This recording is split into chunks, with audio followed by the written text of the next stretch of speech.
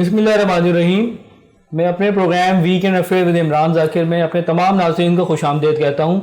اور آج کے جو پروگرام ہے وہ ہم لیبر رائٹس کے اوپر بات کریں گے کہ لیبر کی صورتحال اس وقت پاکستان میں کیا ہے.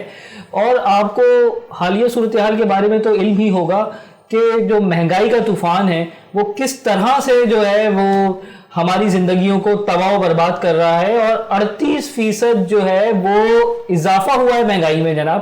اور اسٹیٹ بینک کے فیگرز ہمیں یہ بتا رہے ہیں کہ سپٹمبر سے لے کر دسمبر تک بہت سخت مہینے گزریں گے. جنوری کے بعد کئی صورتحال جو ہے وہ شاید تھمنا شروع ہو. تو اب آپ اندازہ لگا سکتے ہوں گے کہ ایک عام لیبر، ایک عام مزدور کن صورتحال سے گزر رہا ہوگا، کیا حالات ہوں گے. اور جو ہمارے فیکٹری میں لیبرز کام کرنے والے ہیں ان کی صورتحال کیا ہوگی. اور ان کی صورتحال کو بتانے کے لیے آج ہم نے جو ہے 2 لیبر رہنماؤں کو اپنے اس پروگرام میں بلایا ہے تاکہ وہ بتائیں کہ ہماری فیکٹریز میں لیبرز کی کیا صورتحال اس وقت ہے، کس مشکلات سے لیبر جو ہے گزر رہے ہیں اور ہماری حکومت کا کیا کردار ہے لیبر کے حوالے سے. تو ہمارے جو پہلے گیسٹ ہیں وہ ماشاءاللہ سے ماہر سماجی تحفظ ہیں اور EOBI کے سابق میڈیا آفیسر بھی ہیں اور ڈائریکٹر سیفٹی نیٹ پاکستان بھی ہیں. اور ان کا نام ماشاءاللہ سے اسرار ایوبی صاحب. خوش آمدید کہتا ہوں میں آپ کو آج کے پروگرام میں، اور آپ کا بہت شکریہ آپ نے آج ہمارے پروگرام میں آپ شامل ہوئے. اور ہمارے جو دوسرے گیسٹ ہیں وہ ندرت بلند اقبال صاحب ہیں جو کہ سیسی کے آفیسر ویلفیئر ایسوسیشن کے صدر بھی رہے اور لیبر رائٹس کے حوالے سے بڑی معلومات رکھتے ہیں. تو آج یہ اپنی معلومات ہمارے ساتھ شیئر کرنے کے لیے آئیں گے جناب. یہ آخر لیبر رائٹس کے حوالے سے کس طرح سے حقوق جو ہے وہ پامال ہو رہے ہیں ہمارے ملک میں.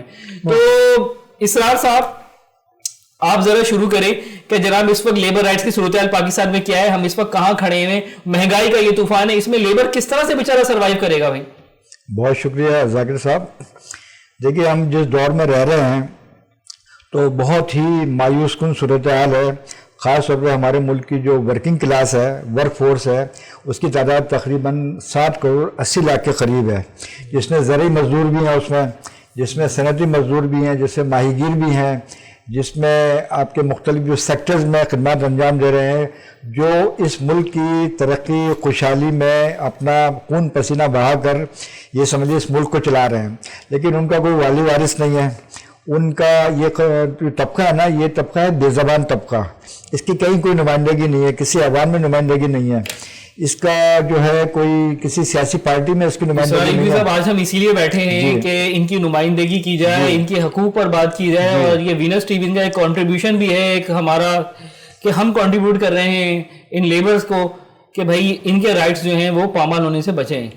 بالکل اچھی بات ہے. وینس ٹی وی کا ہم بڑے شکر گزار ہیں کہ انہوں نے ایک معاشرے کے پسے ہوئے اور ایک بالکل جسے کہتے ہیں فراموش شدہ طبقے کو مسائل اجاگر کرنے کے لیے، ان کو جو روزمرہ کی زندگی گزارنے کے لیے دشواریاں ہیں اس پر آپ نے پروگرام کیا. بہت اچھی کاوش ہے.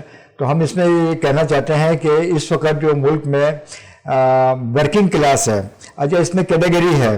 اس میں دیکھیے ایک تو لوگ ہیں جو لیبر ہیں، ایک لوگ ہیں ورکر ہیں، ایک لوگ ہیں امپلائیز ہیں، صحیح ہے، جو وائٹ کالر جاب کرتے ہیں. لیکن اس وقت سب کا برا حال ہے. یعنی جو وہ تنخواہ پانے والے لوگ ہیں ان کی صورتحال ایسی ہے کہ ان کی جو اجرتیں ہیں وہ حکومت اعلان کرتی ہے منیمم ویج کا کہ جی 25,000 ہوگے، 30,000 ہوگے. لیکن آپ یہ دیکھیں عملی طور پر اس پر عمل درآمد کہاں ہوتا ہے، حالانکہ قانون میں سزائیں مختص کی گئی ہیں. اچھا دوسری بات ہے، دنیا میں نا منیمم ویج کا تصور اب بڑا فرسودہ ہو گیا. میں آپ کو بتاؤں، آپ آئیے لوگ کو اسٹڈی کریں. اب منصفانہ اجرت، فیئر ویج اب ہے، فیئر ویج، جی ہاں فیئر ویجز کا ہے. اس وقت جو دور ہے وہ ہے کہ آپ کا جو لیونگ ویج کا مطلب ہے جس میں آپ کا گزارا ممکن ہو سکے. اب منیمم ویج جو ہے نا یہ پرانے طریقہ کار ہیں، فرسودہ طریقہ کار ہیں. پتہ نہیں کون لوگ بیٹھ کے اس کا تعین کرتے ہیں. وہ دیکھتے نہیں ہیں کہ ایک جو مطلب ایک مزدور ہے، فرض کیجیے اس کا جو افراد خانہ 5 افراد مشتمل ہے، وہ کس طرح روزمرہ کی خوراک اس میں حاصل کر سکیں گے، کس طرح وہ جو ہے اپنے بچوں کو تعلیم دلا سکیں گے، کس طرح وہ ایک کرائے کے مکان میں اگر رہتے ہیں کرایہ ادا کر سکیں گے. تو یہ ساری جو چیزیں ہیں نا یہ سب نمائشی دکھاوے کی چیزیں ہیں. میں آپ کو بتاؤں کہ اس وقت اگر آپ یہ اسٹیٹ بینک آف پاکستان کا عدد و شمار دیکھیں، آپ اس پر یہ ادارہ شماریات ہے